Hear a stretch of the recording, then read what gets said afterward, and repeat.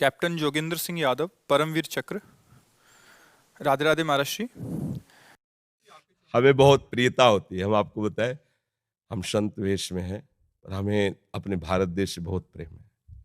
और जब कोई कहता है हम आर्मी में हैं, ऐसे हैं, तो हम उसे एक संत की नज़र से ही देखते हैं कि जैसे हम एकांत में बैठकर अपने मन को मारकर प्रभु में लगाते हैं, ऐसे आप अपने परिवार का मोह छोड़कर, आप संसार के सुखों को रौंद करके अपने प्राणों को भारत देश के लिए समर्पित करने के लिए, तो हमें बहुत प्यारा लगता है। हम विशेष आदर उसका हृदय से करते हैं जो हमारे देश के सुरक्षा विभाग में है, हमारे देश को सुरक्षित रहे। आज हम यहाँ भजन कर पा रहे हैं ना, तो आप लोगों की वजह से।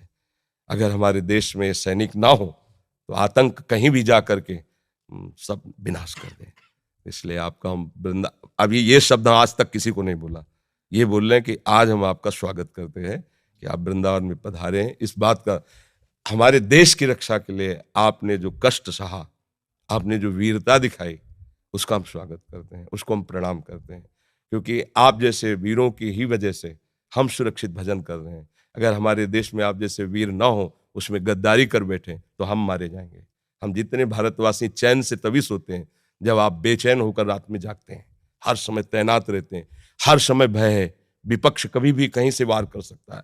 आप अपने परिवार का मोह त्याग करके, आपको पता है कि 1 मिनट में शरीर जा सकता है, और आप वहां तैनात होकर के हर प्रयास, अभी इन्होंने आपको विषय में बताया कि आपने 12 गोलियां शरीर में खाई, फिर भी भारत के लिए हमारा हृदय भर आया आपके लिए कि हम स्वागत करते हैं हृदय से। ऐसा ही चाहिए, ऐसा ही शूरवीर योद्धा भगवान का रिझाने वाला भक्त बनता है। देखो, भगवान इस पर प्रसन्न हुए, आप जहां आए हो यहाँ आना सहज नहीं है। ये श्रीधाम वृंदावन है, और प्रियाजू की कृपा के बिना आप संभाषण भी हमसे नहीं कर सकते, क्योंकि हम कुछ नहीं हैं, पर हम उनके एक यंत्र हैं। बिना उनकी कृपा के, जैसे है ना, ये आपको कृपा किसी साधन से नहीं मिली, इसी देश की सुरक्षा से मिली है।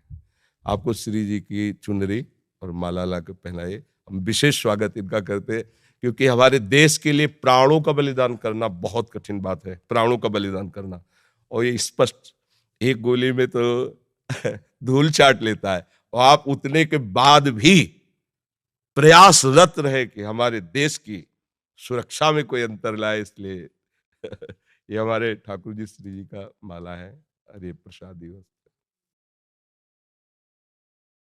महाराज जी, पिछले कुछ समय से आपको सुनना शुरू किया है, बहुत आनंद की अनुभूति होती है। महाराज जी, हम भी भजन मार्ग में आगे बढ़ना चाहते हैं, कृपया मार्गदर्शन करें। जो सेवा से आपको समय मिले, तो जो प्रभु का आपको नाम प्रिय हो, वो जपने की प्रयास करें, जपने का भाव करें।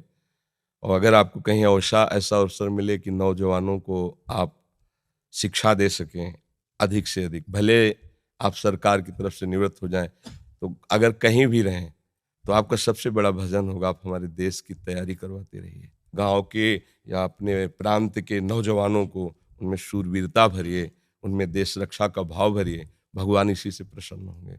और नाम जप करते रहिए।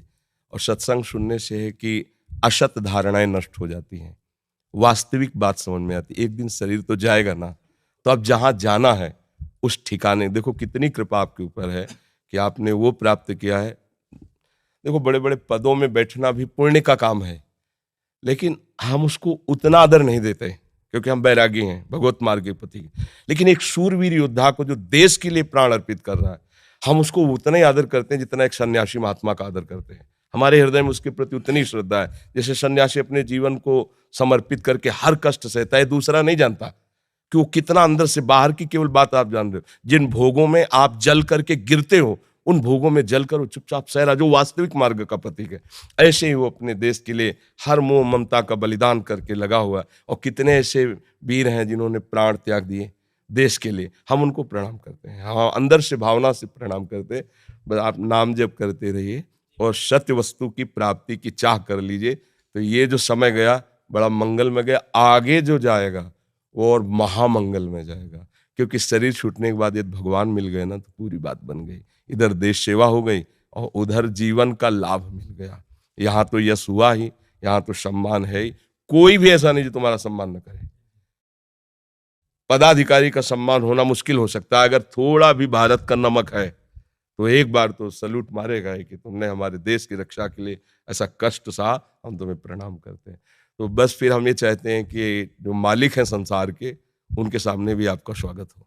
आओ, हमारे बच्चे हो, आप हमारे पास आओ, इसके लिए नाम जप करना और हमारे देश के नौजवानों को वो शिक्षा देना जिससे वो भी हमारे देश की सेवा में तत्पर हो जाए।